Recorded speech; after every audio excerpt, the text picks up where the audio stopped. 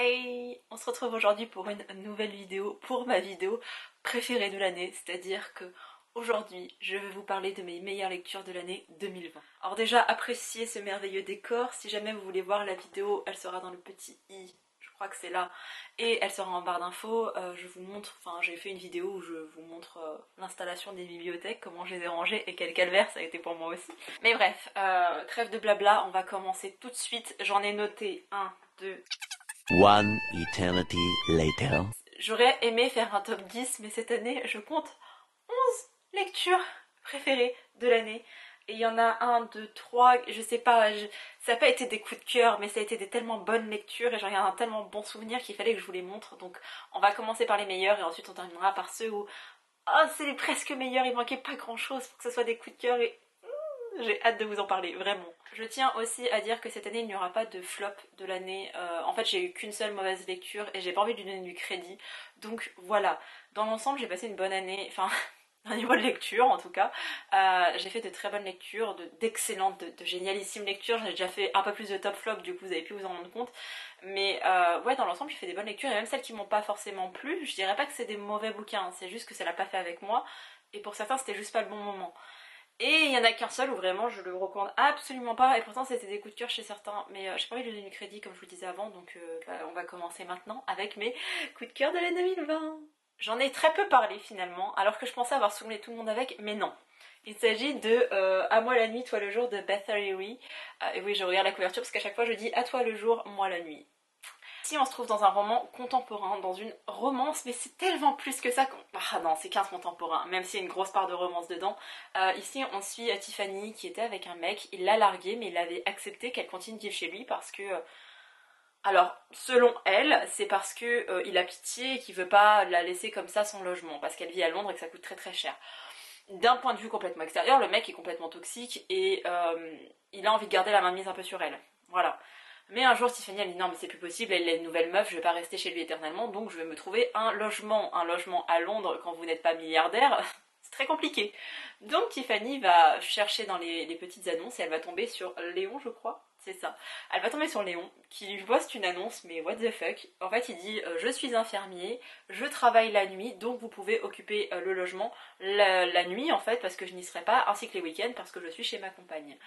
Donc Tiffany, désespérée, elle va chercher d'autres logements, elle trouve pas, vraiment c'est des taudis autrement dans son budget, et elle va finir par accepter l'offre de Léon, mais elle va pas le rencontrer, elle va rencontrer la copine de Léon, et elle va être là, mais vous êtes ok avec ça? Elle va être là, bah de toute façon il viendra et vous verra jamais, donc ok. Et pour communiquer, comme ils ne se croisent pas du tout, ils vont se mettre des petits post-it comme vous voyez ici et là, et en fait ils vont communiquer via post-it jusqu'au jour où ils vont forcément se voir, se rencontrer, et c'est incroyable ce livre-ci. Tiffany elle bosse dans l'édition, dans un truc un peu particulier, genre beaucoup dans le manuel, dans l'art de vivre, on va dire ça comme ça. Et Léon, il est infirmier en soins palliatifs, je crois, ou en cancéro, je sais plus. Je crois que c'est en onco, ouais. Je sais plus. Bref, du coup, en fait, on a aussi l'histoire de ses patients et ses collègues qui se mêlent un peu de sa vie privée. J'étais là, mais c'est tellement vrai, ça se passe tellement comme ça dans le milieu hospitalier. Et c'était génial, c'était incroyable, j'ai adoré ce livre. Je sais qu'aux États-Unis, enfin les anglophones ont adoré aussi. Il fait 500 pages, on dirait pas. Et énorme coup de cœur, ma maman l'a lu, énorme coup de cœur, elle l'a fait lire à ses copines, énorme coup de cœur, tout le monde a aimé. Alors peut-être qu'il faut avoir un certain âge, je sais pas, peut-être que je suis trop vieille dans ma tête, mais ce livre est incroyable, je l'ai vraiment trop aimé. Et je pensais l'avoir lu l'année dernière, il s'est passé tellement de choses en 2020 que cette lecture me paraissait très très lointaine, mais pas du tout. Et bref, c'est un énorme coup de cœur, je vous le recommande à 10 000%, c'était trop trop bien, si vous aimez la romance vous allez adorer, si vous préférez les récits de vie aussi. Et ouais, trigger warning pour les relations toxiques, parce que vraiment l'ex de Tiffany il est... c'est du costaud quoi. C'est le seul livre en anglais qu'il y aura, donc voilà. C'est merveilleux. Alors déjà je vous laisse apprécier la petite étagère, parce que normalement il se trouve ici. Nous avons une étagère spéciale Akemi Don Bowman parce que sur cette chaîne nous supportons, nous aimons Akemi Don Bowman. Plus sérieusement, j'avais commencé par l'esquisse du bonheur qui est Starfish en anglais, que j'avais beaucoup aimé. Il y avait juste cet aspect romance que je trouvais un petit peu trop présent et c'est pour ça que ça n'avait pas été un coup de cœur. Dans Summerbird Blue, c'est du young adult. Si j'ai lu en anglais, vous pouvez le lire en anglais, c'est très très abordable.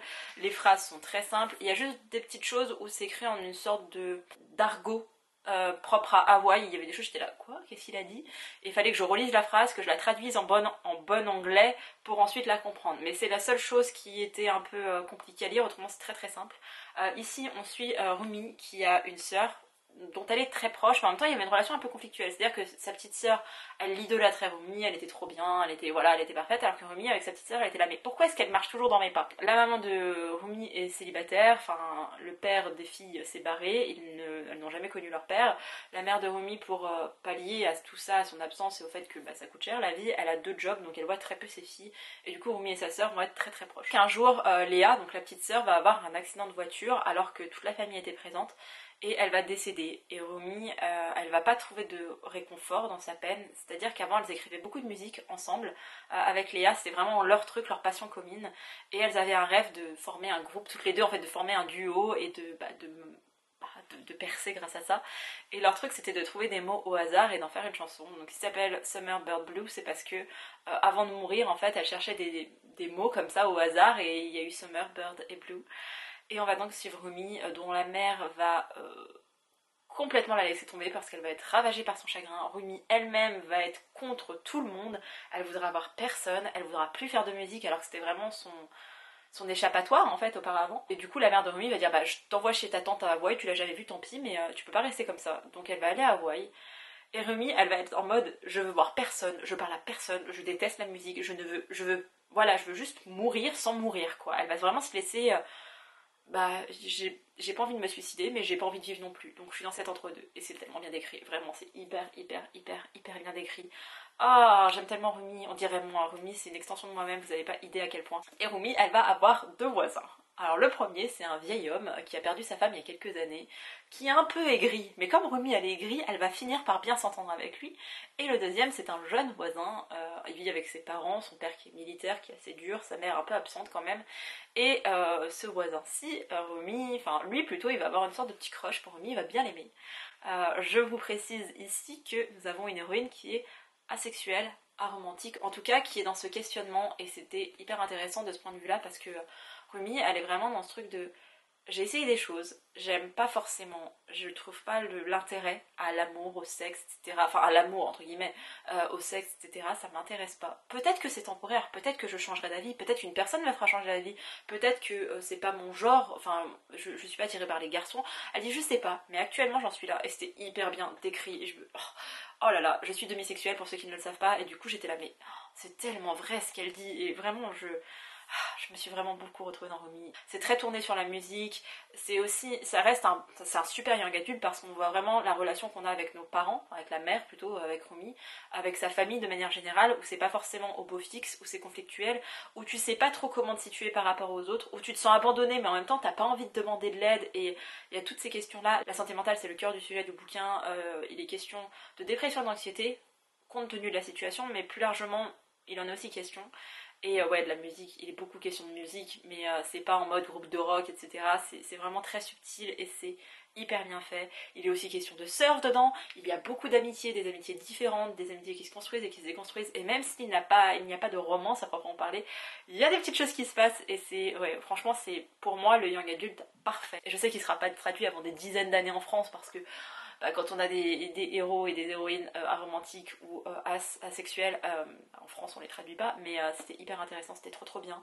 Et voilà, ça se passe à Hawaï, ça change un peu, et aussi cette culture là, et bref, j'ai adoré ce bouquin.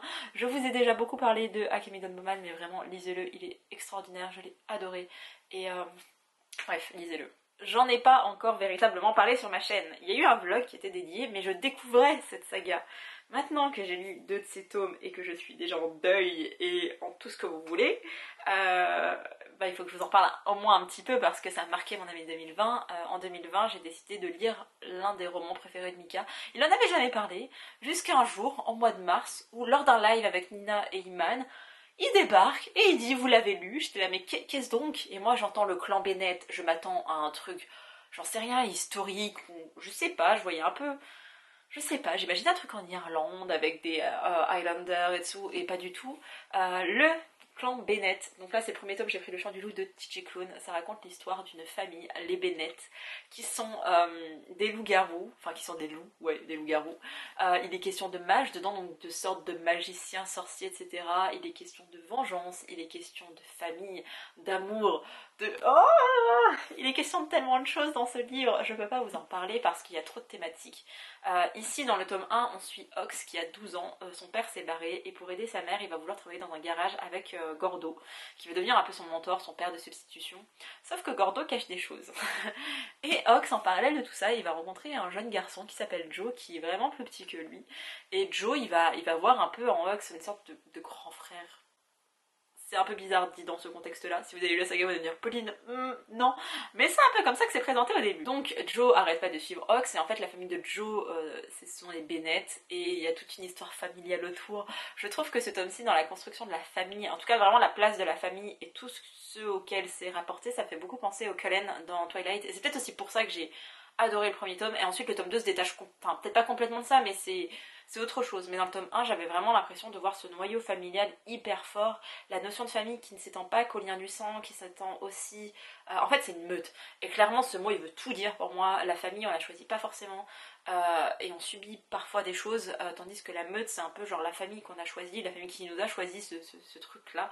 Et ce livre est incroyable et j'arrive très mal à vous en parler parce que déjà c'est une saga en cours pour moi, même si elle est terminée, qu'elle a été traduite en français, donc vous pouvez retrouver les 4 tomes en intégralité.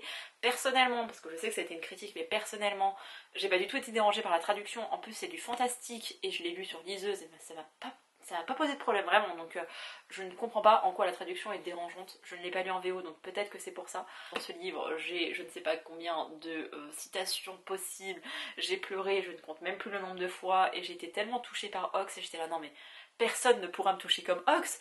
Et j'étais en train de lire mon petit bouquin et à un moment donné on tombe sur un monsieur qui s'appelle Marc et là je l'ai vu, j'étais là toi tu vas me briser le cœur. Et devinez quoi, le tome 2 est sur Gordo et sur Marc et j'ai le cœur brisé. Ce qui est aussi particulier dans cette histoire, c'est que moi je pensais lire un truc qui se passe sur, allez, grosso modo, un an. Non. C'est-à-dire qu'au début, Ox a 12 ans et on le suit jusqu'à ses 19 ans, je crois. Dans le tome 2, on reprend des éléments du passé, donc qui sont bien plus anciens et on tire jusqu'au présent, même un peu au futur par rapport à ce tome-ci. Et à chaque fois, on est dans ce jeu passé-présent, etc. On est toujours focalisé sur un, voire deux personnages, parce qu'on est surtout, souvent sur un couple. Et en plus de ça, enfin...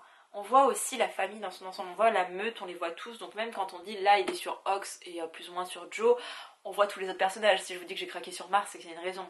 Dans le tome 2, on est sur Marc et Gordo, mais en parallèle on suit aussi beaucoup Kelly et un peu Carter. Dans le tome 3, on va être sur Robin et sur, enfin Robin et sur Kelly, on va voir aussi beaucoup Carter, et à chaque fois c'est comme ça.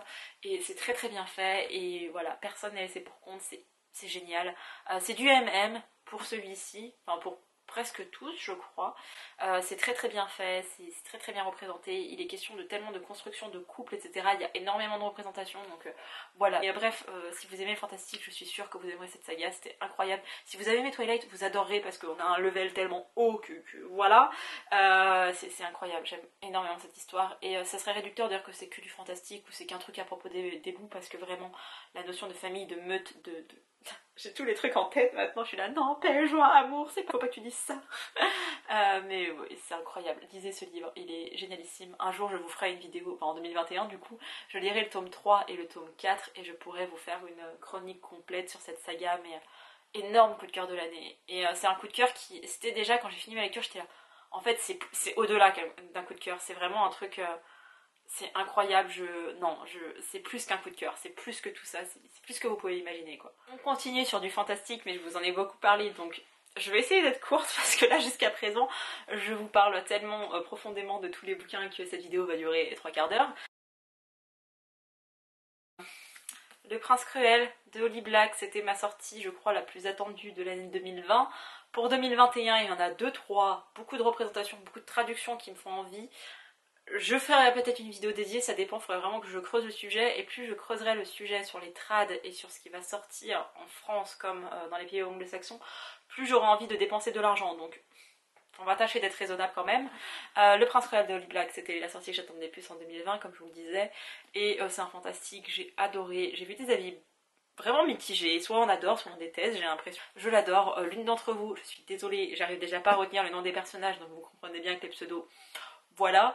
Mais l'une d'entre vous m'a dit qu'il était abordable quand même en anglais, donc en fait je veux attendre 2021 parce que j'ai trop de livres à lire, c'est-à-dire tous les livres qui sont là, qui font partie de ma pile à lire, voilà. Mais oui, pour 2021, j'aimerais beaucoup me lire le tome 2 du coup en anglais parce que quand j'ai demandé en France quand est-ce qu'il va sortir, on m'a pas répondu. Rajo, il m'aime pas, donc voilà. Mais énorme coup de cœur, c'est génial. On est du fantastique, le monde, enfin notre monde à nous existe, mais le monde, enfin l'univers des faits est tellement... Oh, je trouve ça hyper bien fait, je trouve ça très réaliste. Moi j'étais complètement projetée là-dessus. On dit que c'est un Enemies to Lovers, mais que le mec est un vrai connard. Alors pour moi, alors on est vraiment sur un Enemies to Lovers, c'est du young adult et c'est du fantastique, donc voilà, vous pouvez les yeux fermés, c'est hyper abordable, hyper compréhensif. Il y a des longueurs, mais personnellement, je les ai pas vues passer. Enfin, pour moi, c'est pas des longueurs. Pour moi, c'est vraiment la construction de l'univers et c'est essentiel pour comprendre le livre, le pourquoi du comment. Il y a des complots dedans, il y a des revirements de situation, il y a des plot twists. Enfin, il y a un plot twist, j'étais là. Oh, c'est pas possible, j'avais imaginé un truc, mais c'est pas ça! C'est trop bien. J'ai adoré l'héroïne, elle est complètement badass, elle a pas sa langue dans sa poche et c'est genre. Vas-y, go girl. Et ouais, le héros, il est pas... Enfin, pour moi, il était pas si méchant que ça. C'est plus sa réputation qui... Pour moi, il est pas méchant. Enfin, il est méchant, mais il est pas... En fait, le prince cruel, pour moi, il est pas si cruel que ça, quoi. Voilà. Mais j'ai adoré ces livres. Je vous mettrai toujours en barre d'infos ma vidéo top flop où j'en parle parce que j'arrête le forcing avec mes livres préférés de l'année, quoi. Lui, je me permets d'en parler parce que je vous ai pas encore saoulé avec, alors qu'il est extraordinaire. Il y aura une vidéo dédiée à 3 livres, dont celui-ci fera partie. Oui, je vous tease un petit peu les vidéos pour 2021 parce que je commence à noter les idées, je commence à penser au concept. D'ailleurs, je vais faire une vidéo bientôt sur la chaîne où je vous expliquerai un petit peu ce que j'aimerais pour 2021, que ce soit sur Instagram ou sur YouTube. Et en fait, j'ai besoin de votre avis parce que c'est vous qui me regardez, quoi. Alors moi, il y a des choses que j'ai envie de faire et je sais que ça vous plairait. Et des fois, je me dis peut-être que vous avez des idées, vous voudriez que je fasse des choses et moi, je le sais pas. Donc voilà, bientôt, je vais vous laisser la parole pour me dire tout ça. Ce sera moi, de Lilali. Regardez-moi cette beauté. Voilà. Je dois dire que je suis un peu influencée par ce livre parce que ici on suit une jeune héroïne qui s'appelle Sky, qui est chanteuse, qui est danseuse et qui est fan de K-pop. Bon, alors jusqu'à très récemment j'écoutais de la K-pop, mais j'écoutais en plus du rock, j'écoutais plein de trucs différents, enfin vous le savez, mes goûts musicaux, mes goûts de tout dans ma vie en fait, il n'y a aucune... comment je pourrais dire ça? Il n'y a aucune cohérence dans mes goûts, j'aime des choses complètement différentes et variées. J'aimais la K-pop, j'écoutais de la K-pop. BTS, ça fait un moment, je les connais, mais j'écoutais 2-3 chansons. Là, depuis, je sais pas, depuis que j'ai lu ce livre, je crois, vraiment, c'est devenu une passion dans ma vie. Astro, s'il vous plaît. Parlons d'Astro. Non, calme-toi, Pauline. Et si vous voulez, j'ai été très touchée par cette histoire parce que Sky a exactement les mêmes mensurations que moi. Et ça peut paraître con. Alors là, actuellement, vous allez dire, mais de quoi elle nous parle? La fille, elle est mince. Alors déjà, je ne suis pas mince. J'ai un poids normal. Et c'est surtout que j'ai été grosse pendant toute ma vie. En fait, ça fait que 4 ans que j'ai maigri, 4 ans et demi. Et c'est à base aussi beaucoup de TCA, donc c'est pas forcément un vrai amaigrissement en mode oh, j'ai fait un rééquilibrage alimentaire et tout va mieux dans ma vie. C'est plutôt oh, ma santé mentale était tellement pourrie que j'ai contrôlé mon poids et que je suis tombée dans l'anorexie, la boulimie, même si j'étais déjà boulimique depuis un moment, je suis tombée dans toutes les TCA et ça a conduit à ce corps. Bref, j'ai adoré cette histoire. Sky est une héroïne hyper attachante. En fait, elle est chanteuse, elle est danseuse. Son père la soutient vraiment dans tout ce qu'elle fait parce qu'il est trop fier. Mais son père travaille... Alors, ils sont pas divorcés ses parents, mais son père travaille énormément. Il bosse, je crois, à Los Angeles ou je sais plus où. Ou non, à San Francisco et là ça se passe à Los Angeles. Un truc comme ça. Et il est souvent occupé, il est souvent ailleurs. Et Sky vit surtout majoritairement avec sa mère qui est coréenne. En tout cas, qui est des origines coréennes. Et le culte du corps est très important, où faut être mince, où faut être bien foutu, et elle est là, oui, je suis d'accord, tu chantes très très bien Sky, mais pourquoi tu danses? Pourquoi avec ta morphologie, avec ton corps, tu te permets de danser? Tu vas être la honte de notre pays, de notre famille en fait. Vraiment, tu me fais honte quand tu danses, et Sky est là, mais de quoi elle parle? Sauf que Sky, alors dedans, très brièvement, on est vraiment sur un truc body positive. Voilà, vous mettez ce que vous voulez derrière, mais en tout cas, Sky, elle a fait un gros travail sur elle, elle s'est dit vraiment plutôt à la fin, où elle est arrivée, elle a appris à accepter son corps tel qu'il était, et qu'il ne conviendrait pas à cette société, et que tant pis, bref. Du coup, Sky, elle est complètement sûre d'elle, elle s'est dit je chante bien, je danse bien, donc je vais aller passer un casting pour devenir la future star de la K-pop. Et donc, Sky, elle va passer son casting et elle va être confrontée à des jurys pour un très encourageant, un autre un peu mitigé et la troisième une une vraie dinde qui arrête pas de la critiquer en disant mais vous croyez qu'avec votre physique comme ça vous pourrez faire quelque chose dans la vie? Et Sky elle va pas se laisser démonter et c'était trop bien parce que Sky après elle va intégrer ce concours et en fait ça se passe chaque semaine, il y a des éliminations et elle va s'accrocher, elle va bosser, elle va chanter, elle va danser et dedans il y a plusieurs représentations. L'héroïne est bi, je tiens à le dire, elle est grosse, elle est bi, elle est racisée, l'autrice elle est aussi racisée, c'est un On Voices. Et dedans, il y a aussi un garçon qui est bi, et c'est le héros, et du coup, bah forcément, c'est un young adulte, donc on sait qu'ils vont finir ensemble. Hein. Et c'est ça en fait qui m'a déçu dans ce livre, c'est juste ce petit élément-là, sauf que plus j'y pense à ce bouquin, plus je me dis, ah non, mais c'était quand même un coup de cœur. Parce que ce truc de romance un petit peu trop rapide, tu le vois déjà venir de très loin, et tout ce que... Tu le sais comment ça va finir entre eux. Et ce truc-là m'a dérangé au moment de ma lecture, avec du recul, je suis là, oh non, mais ils étaient mignons quand même ensemble. Donc voilà, ce livre est très joli, regardez-moi ça, oh il est trop beau. Et oui, enfin c'est la même couverture en français qu'en anglais et j'ai trouvé ça génial. Alors certains critiquent, j'en ai déjà parlé, certains critiquent le fait que l'héroïne n'est pas si grosse que ça. J'ai fait exactement sa morphologie et je peux vous dire que la grossophobie tu l'as subie bien quand même. Alors peut-être moins que des personnes obèses beaucoup plus corpulentes, mais tu l'as subie quand même au quotidien. Même dans le corps médical, dans tout ça tu subis. Donc voilà, moi je me suis énormément attachée au personnage. Quand j'ai vu j'étais là, mais on fait la même taille. Et vraiment j'étais là, mais c'est moi avec du talent quoi. Et bref, j'ai adoré ce livre. Je pense que ça conviendra plus aux jeunes pour le coup. Voilà, vous voyez mieux comme ça. Ça correspondra peut-être plus aux jeunes dans le sens où c'est de la K-pop. Alors vous avez peut-être 45 ans et vous êtes fan de K-pop, dans ce cas-là oui foncez. Mais c'est plus sur... c'est pas trop l'envers du décor de la K-pop. On est plus sur une émission de télé-réalité ou de télécrochet plutôt. On est sur ce truc de télécrochet. On voit pas trop l'envers du décor de la K-pop, des trainees, des K-pop idols, etc. On n'est pas trop là-dedans là-dessus, mais c'était quand même très bien. Et je pense que je le relirai au cours de l'année 2021 parce qu'il y a des choses que j'ai oubliées et j'aimerais trop genre les garder en moi. Voilà. J'ai fait un top flop où j'en parle pendant 10 minutes, mais il faut quand même que je la mentionne parce que bah, c'est ma plus belle lecture, je pense, de 2020. Oui, je crois qu'on peut en parler parce que vraiment, Le syndrome du spaghetti de Marie Bareilles. Oui, je l'ai acheté neuf en papier parce que bah, j'avais pu le lire en numérique grâce à NetGalley. Et bah, il me fallait la version papier, je ne la trouvais pas en occasion, donc je l'ai acheté en neuf et je regrette absolument pas cet achat. Vous verrez ça prochainement dans un book haul / mes cadeaux de Noël, parce que je vais faire une vidéo là-dessus, étant donné que il y a énormément de bouquins qui vont arriver, qui sont déjà arrivés. Et bref, le syndrome du spaghetti, ça raconte l'histoire de Léa qui a 16 ans, qui est passionnée de basket. Son père travaille aussi dans ce milieu-là, il aurait pu être champion mais il a décidé de mettre sa carrière de côté pour élever sa fille, en fait Léa, parce que c'est un peu une grossesse accidentelle. Sa mère est avocate et Léa elle est très proche de son papa c'est genre... En fait ça me touche beaucoup parce que je sais que Marie Varey est très attachée à son papa, que son papa l'a vraiment encouragée à écrire, etc. J'ai lu des ouvrages parlant d'écriture de Marie Varey, c'est pour ça que je la connais aussi bien. Vraiment la relation père-fille, alors je sais qu'on n'a pas tous la chance, et ça devrait pas être une chance, mais c'est la réalité, on n'a pas tous la chance d'avoir des parents qui soient... je sais pas comment vous dire ça, d'avoir de bons parents, j'ai la chance d'avoir des parents qui vont bien, qui m'ont plutôt bien élevée, la chance d'avoir une super relation avec mon père, où vraiment j'adore mon papa, genre je suis une fille à papa. Nina comprend ça, d'autres comprendront, d'autres pas, et voilà, je peux pas, mais moi pour avoir cette relation là cette relation entre guillemets privilégiée avec mon père, je me suis énormément retrouvée dans cette histoire, c'est très touchant, ça parle vraiment de ce lien là, ça parle de la passion, de la passion de manière très globale, ça parle de passion, donc de la passion de Léa pour le basket, de sacrifice aussi, de son père pour sa carrière de basketteur, de Léa par rapport à tout ça aussi. Il est question de deuil dedans, de maladie, et c'est hyper... J'arrive pas à trouver les mots, j'en ai parlé pendant 10 minutes, donc vraiment allez voir cette vidéo top flop parce que j'en parle beaucoup mieux que maintenant, mais ça m'a vraiment beaucoup touchée, c'est un très bon young adulte, honnêtement. J'aime en fait voir le côté amitié dans les young adultes, le truc du premier amour, dedans il est question de sexe aussi, c'est rare que ce soit aussi bien abordé je trouve. Il est question de lien entre la famille, toutes ces relations un peu conflictuelles entre une mère et sa fille, qui peut ne pas l'être, ça dépend des familles, mais moi je me suis retrouvée là-dedans, d'avoir des frères et sœurs, comment ça fonctionne dans une fratrie, c'est hyper intéressant, c'est un peu bizarre de dire le mot intéressant pour un roman, mais c'est très bien fait, c'est un vrai bon young adulte pour moi, amis, famille, tous des petits secrets, des petits trucs, c'est super bien fait, et il y a un peu toutes les étapes du deuil dedans.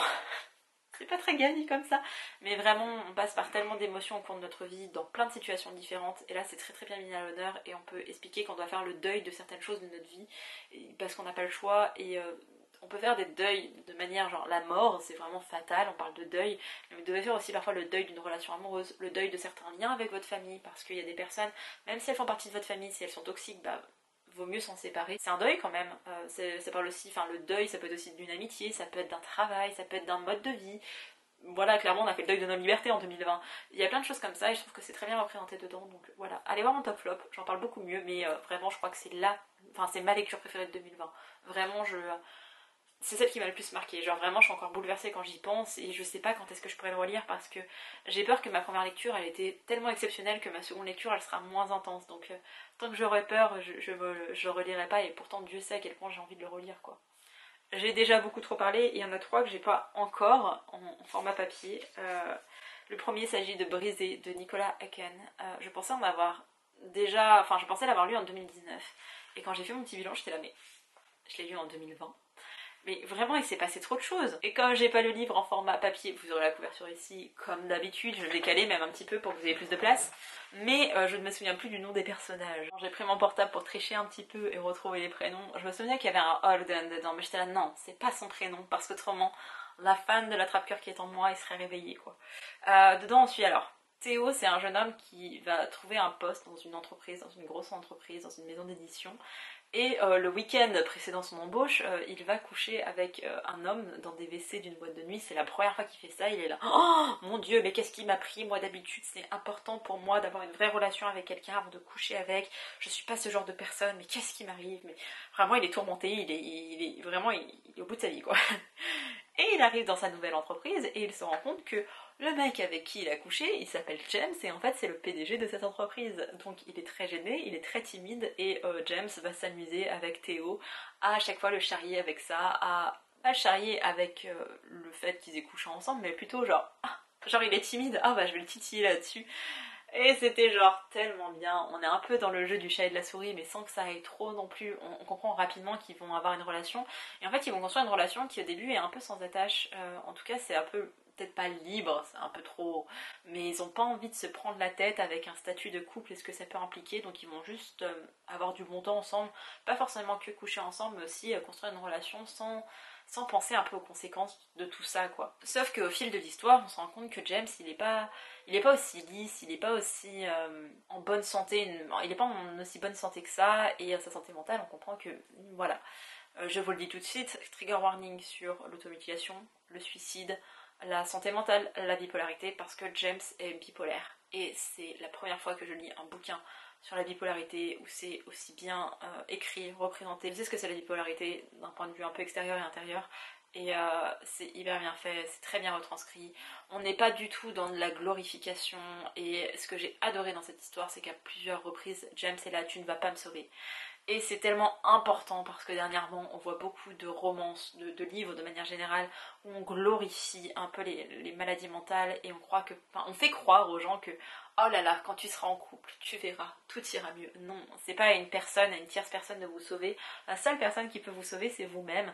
Et je vais pas vous dire que ça se passe en un claquement de doigts, genre d'un seul coup vous avez un déclic. Parfois ça marche comme ça, des gens ont des déclics et décident de se faire soigner et après ça va mieux. Alors on parle de se faire soigner, on parle pas de guérison, surtout dans le cadre des maladies mentales, c'est assez rare de guérir complètement, de garder genre aucun symptôme, de garder aucune conséquence de tout ça. Je trouve ça hyper important de montrer que tu peux avoir la vie la plus extraordinaire possible en apparence, comme peut l'avoir James, et en fait être complètement brisé, comme le titre du roman. Et ce livre, il m'a tellement touchée et oh, je peux même pas vous dire à quel point j'étais émue, je pleurais. Alors il m'a trigger sur des trucs, il y a une scène, j'étais là. Je suis pas bien, je suis pas bien, je suis pas bien. Et pourtant j'allais bien au niveau santé mentale à ce moment-là. En fait c'est parfaitement décrit. Alors je ne sais pas si Nicolas Haken a fait énormément de recherches ou si elle-même est atteinte de cette maladie ou a des proches atteints de cette maladie. Mais la bipolarité est hyper bien traitée. Vraiment cette autrice, elle arrive à parfaitement cibler et comprendre les maladies, les troubles mentaux et c'est incroyable. Et vraiment lisez ce livre, il était trop bien. Mais attention, faut être vraiment bien pour lire ce livre parce qu'il est vraiment très marquant. Est-ce que je vais encore une fois vous saouler avec Campus Drivers de C.S. Quill? Bien sûr, Campus Drivers de C.S. Quill. Non, vraiment, je vais vous mettre le top flop en barre d'infos. Je mets que le premier tome parce que vraiment pour moi le premier tome il est très très haut. C'est un énorme coup de cœur. Les deux autres tomes ils sont bien, mais c'est différent. J'ai moins aimé. C'est pas des coups de cœur, donc voilà. Le premier tome de Campus Drivers. En gros, ici, on suit Loïs qui était en couple pendant des années avec un garçon. Ils arrivent à la fac et là, le mec lui dit écoute, c'est bien beau, mais j'ai envie de vivre ma vie d'étudiant tranquillement. Je n'ai plus envie d'être avec toi. Tu t'es laissé aller, tu es trop grosse et tu es pas bien, pas assez bien.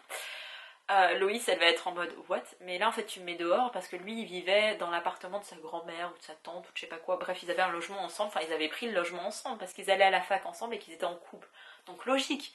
Donc, Loïs, elle se retrouve un soir dans les marches d'escalier de son immeuble, de son ex, en train de pleurer toutes les larmes de son corps. Et nous avons Lane qui va, de sortie, va voir. Il croit au début que c'est un mec parce qu'elle capuche sur elle, jogging, machin, plein de sacs. Et là, mais what? Il va passer une fois devant elle, puis une deuxième fois, et à un moment donné, il va dire mais qu'est-ce que tu fais là? Viens donc te mettre à l'abri. Donc Loïs accepte, et en fait elle va s'endormir sur son canapé, et la vie va faire qu'en fait Loïs, elle va continuer de rester elle va squatter en fait, mais juste son canapé. Et vraiment, ça se fait complètement par hasard, et Lane va ensuite apprendre l'histoire de Loïs, et il va être là mais ce mec est un connard, tu n'es pas grosse, et enfin non, il a pas à te dire comment tu dois être. Et elle est là, non mais t'inquiète pas, parce que moi je suis motivée, je vais faire du sport, je vais faire un régime et je vais le reconquérir. Et là il est là, mais ok, bah fais ta vie, fais, écoute, si tu veux vraiment, fais-le. Et donc elle va se changer, métamorphoser physiquement. Et voilà, on va suivre un peu ça, leur relation entre chien et chat, le fait que Loïs est une poisse, mais intersidérale, vraiment, mais c'est hilarant. Ce livre m'a fait rire, ce livre m'a fait pleurer, il m'a fait réfléchir en un certain sens, et c'était tellement en fait, vraiment, Lane, il est tellement... Il est énervant en fait, et je sais pas comment vous le décrire Lane, parce qu'en fait il a été blessé, il a perdu quelqu'un de sa famille qui était proche, et depuis il est un peu dans ce truc de non, bah je vais laisser personne m'approcher, comme ça personne me blessera, et moi il y a des gens dans ma vie, moi je souffrirai, et en même temps il est vachement ouvert sur le monde, où il fait des études, où il est un campus drivers. Qu'est-ce que les campus drivers? C'est une sorte de, je dirais une sororité peut-être pas, mais en tout cas c'est un groupe de garçons qui ont des belles voitures, des voitures de collection, je connais rien en voiture, mais bref, des belles voitures de collection des années 70, américaine ou pas d'ailleurs, et ils font un système de taxi sur le campus universitaire parce que les campus universitaires aux États-Unis ils sont immenses. Là on se trouve à Columbus, donc c'est dans l'Ohio, et comme le campus est immense, et ben voilà, ils font ça, ils raccompagnent plus souvent des femmes parce que en sécurité tout ça, c'est une application, ils ont cartonné avec ça, et Lane est un campus driver, et c'est pour ça au début aussi qu'il va être avec Loïs, parce qu'il va faire des courses pour elle, et il va être là, quoi, mais ma première course elle est gratuite, ok. Loïs, mais vraiment elle a la poisse dans la vie, j'ai jamais vu ça, c'était tordant, c'était... j'ai adoré Loïs, j'ai adoré Lane, j'ai adoré ce livre, c'est... Vraiment, si vous avez peur avec la romance, vous savez pas trop dans quoi vous lancer, lancez-vous dans Campus Drivers. Je vous en conseillerai un autre après, mais lancez-vous dans Campus Drivers, c'est vraiment le meilleur pour moi du new adult, c'est là-dedans. Il n'y a pas énormément de scènes de sexe, par contre il y a des allusions, et bref, c'était incroyable, j'ai adoré ce livre, donc lisez Campus Drivers le tome 1, et vous inquiétez pas, bientôt je vais me l'acheter en papier parce que vraiment... Et le dernier roman qui fait partie de mes meilleures lectures, il s'agit de Mission Higueux de Caroline... Je ne sais plus le nom de l'autrice. La couverture sera ici. Je vous mets la couverture poche. Il est sorti en poche et je ne l'ai pas encore acheté parce que je ne le trouve pas et que j'ai la flemme de commander. Mais voilà, ce livre est magnifique. Ce livre est incroyable. Ce livre, je l'ai adoré. Je l'ai lu en janvier. Donc vraiment, lisez-le en janvier. Vous pouvez le lire en décembre. Genre, lisez-le maintenant. Vous y retrouverez parce que ça se passe plus ou moins pendant les périodes de Noël, de fêtes de fin d'année. Je l'ai lu en janvier, j'avais cette nostalgie un peu de Noël, puisqu'on vous souvenez, en 2019, on avait le droit de faire Noël en famille, il n'y avait pas de crainte, on pouvait manger autant qu'on voulait, pas d'animaux parce qu'on veut pas leur souffrance. Mais vous voyez un peu, on est passé d'une situation géniale à ça. Bref, en janvier, j'ai lu Mission Higueux. C'est Margot Liseuse qui l'avait conseillé. Et quand Margot dit quelque chose, Pauline obéit. Bien sûr, je suis une fangirl. Qu'est-ce que vous croyez? Une vraie groupie doit respecter, doit suivre l'avis de son idole. Donc c'est ce que j'ai fait. J'ai lu Mission Higueux. C'est un tout petit livre, vraiment. Il fait genre 200 pages. Je l'avais lu en numérique et il est génial. Encore une fois, j'ai oublié le nom des personnages. On suit une jeune femme qui est reporter, qui fait souvent des reportages de guerre, etc. Elle part en Iran, elle part dans des pays un petit peu chauds, bref, le tiers-monde, etc. Elle va dans plein de pays, elle adore ça, elle est reporter, jusqu'au jour où en fait elle va faire plus ou moins une gaffe. Et son patron, qui est aussi un ami, va lui dire écoute, là ça suffit, t'as fait trop de reportages, tu te mets en danger, c'est pas possible, il faut que tu te calmes. Je vais t'envoyer en mission au Danemark, dans un petit village dont je tairai le nom parce que juste dire Hygge, j'arrive pas à le dire. Mais tu vas aller dans ce petit village parce qu'il est réputé comme étant le village le plus heureux au monde. Donc comme tu es dans une mauvaise passe et vu que rien ne va, enfin vraiment, t'es reporter mais tu fais de la merde, enfin bref, elle est reporter, c'est quand même compliqué, c'est un mode de vie assez stressant quand même. Elle a pas d'attache, elle a pas de mec, elle a personne entre guillemets dans sa vie, elle a de la famille mais elle est pas du tout proche de sa mère et de sa sœur qui est mariée, qui a des gosses et tout, enfin bref. Elle est complètement détachée de ce mode de vie là alors qu'elle a la trentaine, quarantaine, et c'est un peu les âges où on dit que vous devez vous caser, avoir des enfants, acheter une maison, ce genre de choses. Elle pas du tout, elle pense juste à prendre son sac à dos et à partir en reportage. Et donc son patron va l'envoyer au Danemark, elle va pas être contente, mais elle va finir par y aller, et là-bas elle va tomber sur un chauffeur de taxi qui va l'emmener jusqu'à ce petit truc, et elle va être là, oh il est bien mignon, il est bien gentil, mais oh mais d'où est-ce qu'il vient machin. Elle va être dans une petite auberge, elle va trouver un job en tant que serveuse, en cachant en fait son statut de journaliste, de reporter. Elle va vraiment y aller en mode ouais bah je viens ici, ah c'est le village le plus heureux, j'étais pas au courant. Et en fait au fur et à mesure de... Alors c'est très très court comme livre, et je pense que c'est ça son gros avantage, parce que si c'était un livre de 400 pages ça aurait été nul, alors qu'en 200 pages c'est très rapide, mais en même temps il n'y a pas besoin d'avoir énormément de choses pour ce genre d'histoire. C'est un livre qui se veut très simple, doudou, c'est un contemporain. Il y a une petite romance dedans, mais c'est quand même un contemporain. Et on va surtout suivre du coup cette femme qui va, au fur et à mesure de ses rencontres, se rendre compte de la personne qu'elle est devenue aigrie, qu'elle n'est pas du tout souriante, qu'elle n'est pas bienveillante envers les gens, qu'elle n'est pas avenante non plus. Donc au début c'est un peu en mode oui, bah, parce que je suis la petite Frenchie au Danemark, mais au-delà de ça, c'est vraiment, sa vie ne lui convient pas et elle sait pas trop comment la changer, donc voilà. Ce livre était... En fait, c'est ça, c'est parce qu'il est court, c'est tout mignon, c'est tout doux. Moi, je trouve que pour passer les... Enfin, vous voyez, genre fin d'année, c'est parfois une période compliquée, début d'année, tout le monde, genre, tous les gens, ils font des bonnes résolutions, ce genre de choses. Vous voulez juste continuer de vivre normalement. Disait l'émission Hygge, c'est tout simple, tout doux. Ça fait son taf, en 200 pages. Meilleure lecture, l'une des meilleures lectures de l'année, parce que vraiment, ça paye pas de mine, ça casse pas trois pattes un canard, et pourtant c'est tout doux, vraiment lisez-le parce que c'est tout doux, c'est tout mignon et ça vous fera passer juste un bon moment. Et je trouve qu'après les fêtes, c'est le roman parfait.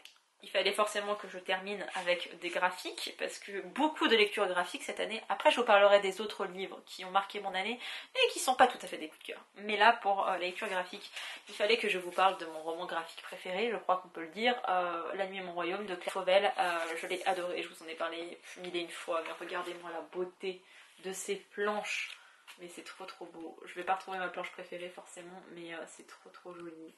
Regardez-moi ça. Ici, on suit l'histoire de deux amies qui rêvent de percer dans la musique, plutôt dans le rock, mais dans la musique de manière générale.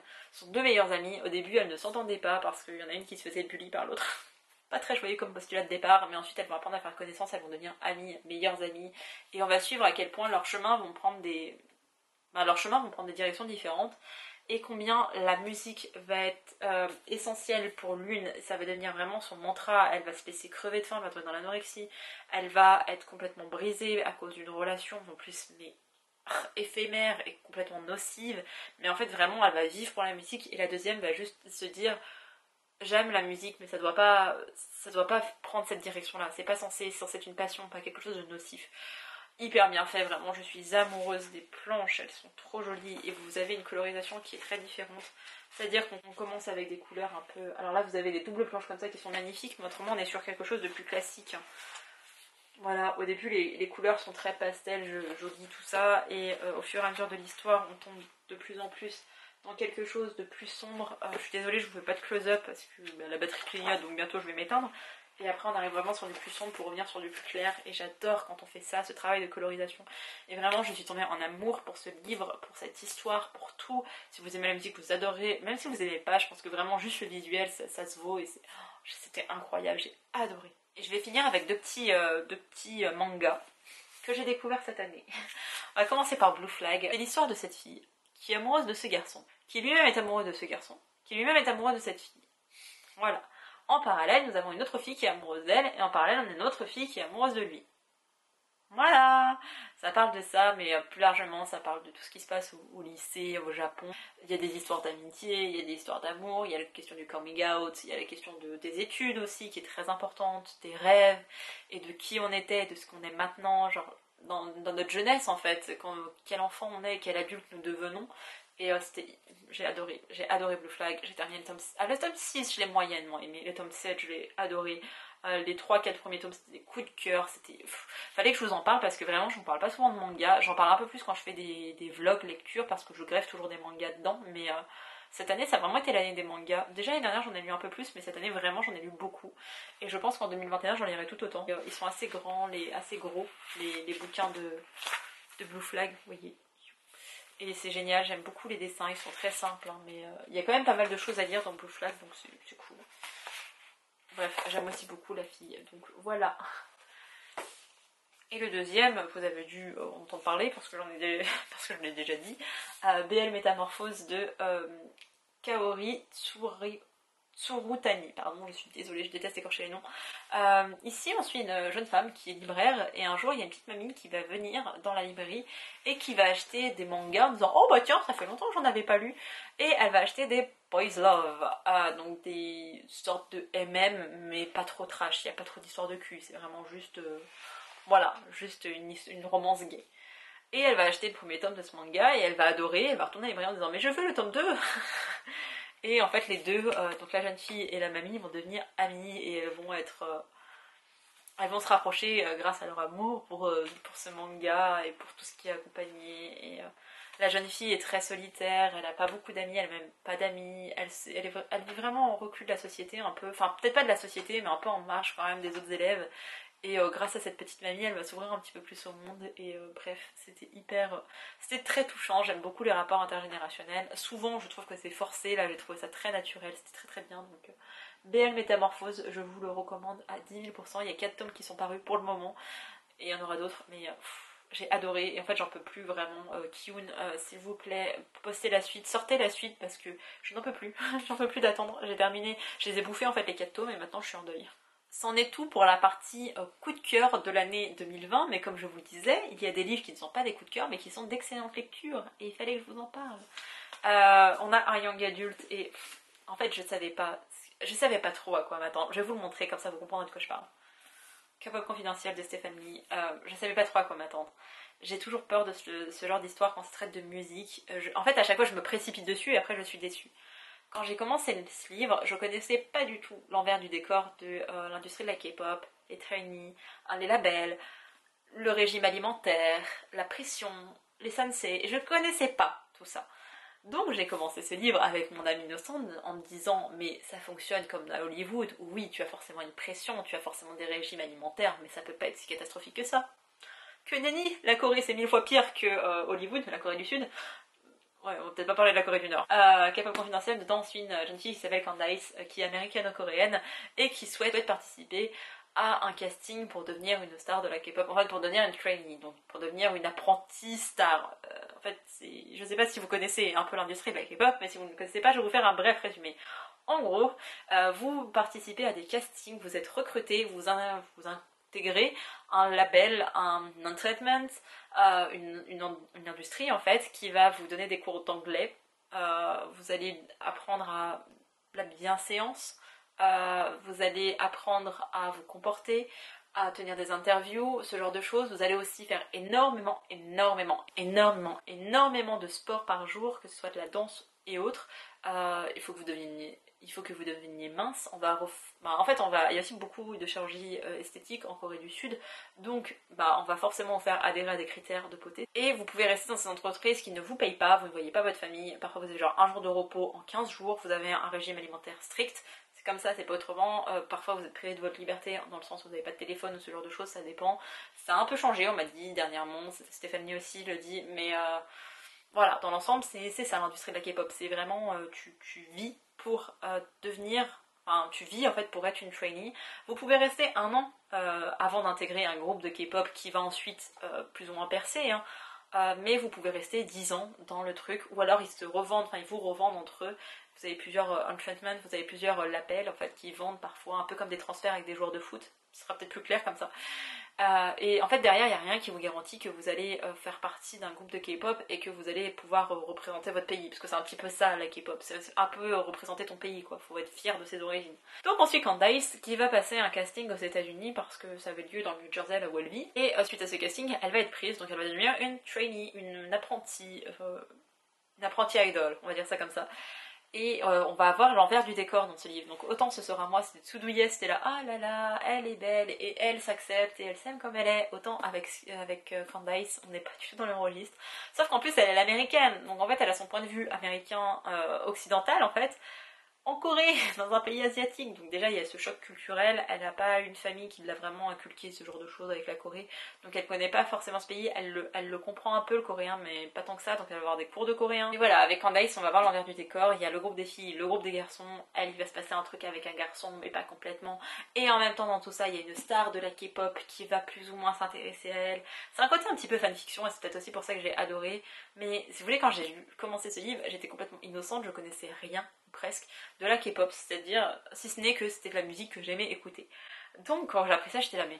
Et j'ai vraiment fait une pause dans ma lecture, je l'avais acheté en numérique et après Hugo me l'a envoyé en papier, je suis trop contente et ma vidéo arrive bientôt à ce sujet. Mais quand j'étais en train de le lire en numérique, j'ai fait une pause parce que j'étais mais... C'était trop, c'était hyper dur, c'était... Oh, tout ce qu'ils vivent c'est quand même pas rien, et de voir cet envers du décor, moi j'étais gênée, j'étais vraiment beaucoup gênée. Et c'est pour ça aussi qu'au début j'aimais pas trop ce livre et que par la suite je l'ai un peu plus aimé, je l'avais mis je crois un 3,5 sur 5.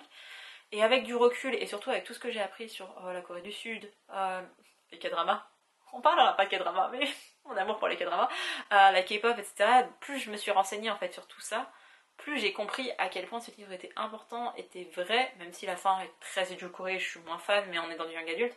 Et il y aura un tome 2, surtout heureusement qu'il y a un tome 2, je crois que ça va sauver l'affaire aussi.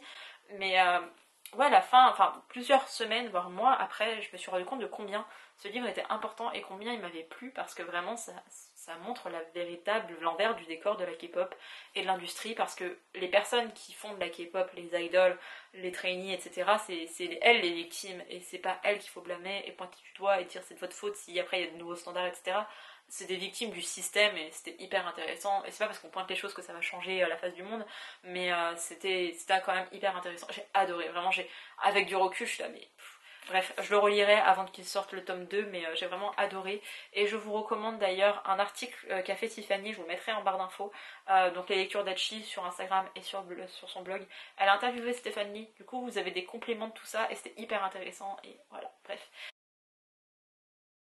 Et écoutez Astro aussi, parce que c'est un super groupe de K-pop et il est très méconnu à mes yeux, enfin pas assez connu surtout. Et bref, je les aime beaucoup. Écoutez Astro s'il vous plaît.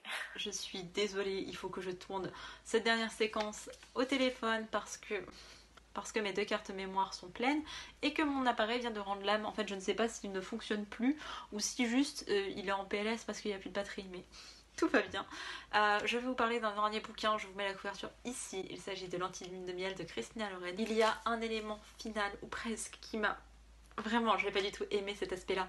Mais le reste du bouquin était parfait. Donc il fallait quand même qu'il figure dans ce truc de tu n'es pas un coup de cœur, tu as failli en être un et tu mérites d'être lu. Donc voilà. Christina Loren, je les avais déjà lus avec Autobiographie. Il y en a un autre qui me tente, mais je sais plus le titre. Mais bref, dans l'Anti-lune de miel, on suit l'histoire de Olive qui a une sœur à qui tout réussit dans la vie. C'est-à-dire que Olive, elle a une poisse, mais monumentale. Mais sa sœur, sa jumelle, parce qu'elles sont jumelles, elle a énormément de chance. Elle prend un truc à gratter, elle gagne. Il y a un concours qui joue dans le supermarché, elle gagne. Elle gagne tout le temps, elle a une chance incroyable. Et pour son mariage à sa sœur, à Olive, je ne sais plus son prénom, je suis désolée, la sœur d'Olive va gagner en fait tout, absolument tout, c'est-à-dire le traiteur, le voyage de noces, quoi d'autre, le DJ, enfin bref, elle a tout gagné.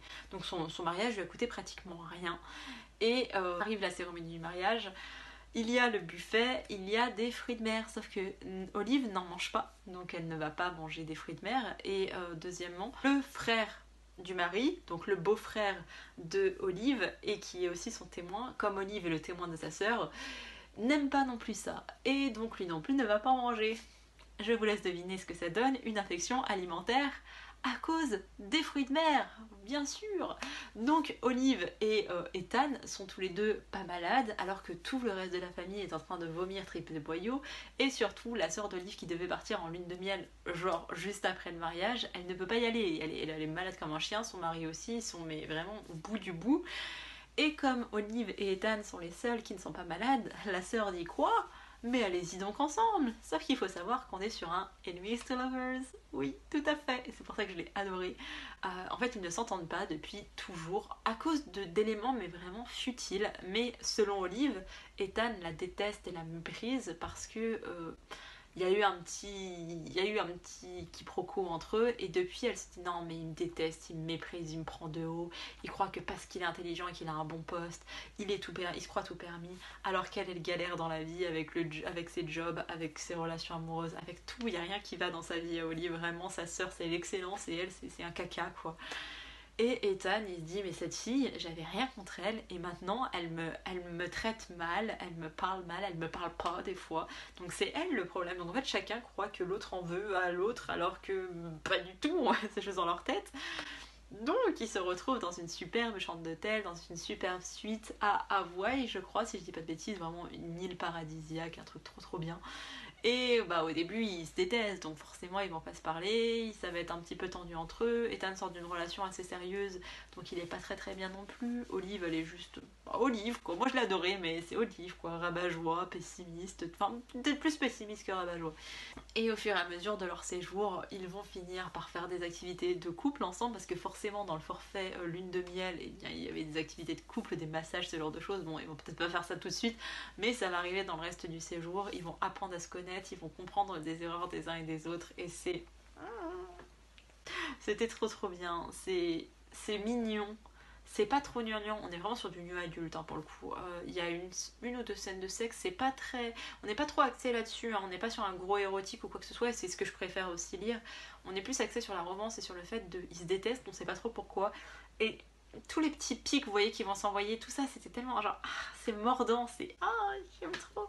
J'adore les Enemies to Lovers, je suis complètement fan de ce principe, donc si vous avez des bouquins, encore une fois, conseillez-moi, je vous en prie. Mais ne me redites pas toujours les mêmes, mais vraiment, trouvez-moi des pépites comme ça, parce que j'ai adoré cette histoire, reprend ça, et c'était trop trop bien. Il y a juste, voilà, il y a un élément à la fin où je suis pas d'accord, où je trouve que c'est même problématique, enfin, il y a un vrai truc qui se passe de grave, selon moi, et je trouve pas que ce soit vraiment dénoncé, ou... En tout cas, Ethan va mal réagir, et c'est surtout le comportement d'Ethan qui m'a... Et après, Olive, elle pardonne, et je suis là. Pourquoi tu fais ça? Mais voilà, autrement ça reste un superbe livre. Et oui, ça fait beaucoup du gros roman que j'ai adoré, mais oh là là, celui-ci était trop trop bien. Et j'ai hâte qu'il sorte en poche en 2021, parce que du coup je le demanderai en service presse et... Voilà, je pourrais vous embêter avec. Et je pense que j'en parlerai dans un top flop un peu plus en détail. J'ai pas eu le temps de le tourner. Normalement, il faisait partie de la liste de mon top flop que je devais tourner avant cette vidéo. Sauf que, avec mes galères d'appareil photo, je sais pas quand est-ce que je pourrais le tourner. Mais voilà, j'en avais déjà parlé brièvement dans un vlog de cet été. Je vous mettrai le lien dans la barre d'infos. Mais voilà, avec du recul, vraiment, je me dis, cet élément, c'est tellement dommage. Parce qu'il y avait tout qui était parfait. Et voilà, c'en est tout, enfin. Cette vidéo est très très longue. Si jamais j'ai réussi à l'importer, parce qu'avec cette galère d'appareil, j'ai un petit peu peur quand même. Mais c'en est enfin tout de cette vidéo. J'espère que ça vous a donné des envies de lecture, de découvrir mes coups de cœur de 2020, parce que vraiment, c'est des pépites. Et j'ai vraiment galéré à trouver 11 titres, parce que je voulais tous les ajouter. Il y en a d'autres, je suis là, bon, qu'est-ce que je fais? Où est-ce que je les mets? Et non, faut être raisonnable, j'ai vraiment pris la crème de la crème. On est vraiment sur un... c'était le meilleur pour moi de mes lectures 2020. Dites-moi si vous avez lu certains de ces bouquins, ce que vous en avez pensé, et conseillez-moi aussi des livres. Alors je vous dis les Enemies to Lovers, mais dites-moi aussi vos meilleures lectures de l'année 2020. Comme ça j'irai creuser un peu, je verrai ce que j'ai déjà lu, ce qui me donne envie, et peut-être que je craquerai à mon tour. Et peut-être que je ferai une vidéo sur le sujet, en mode je lis les meilleures lectures de mes abonnés. Mais ça pourrait être cool ça. J'espère que cette vidéo vous a plu, et je vous dis à bientôt pour une prochaine. Bye.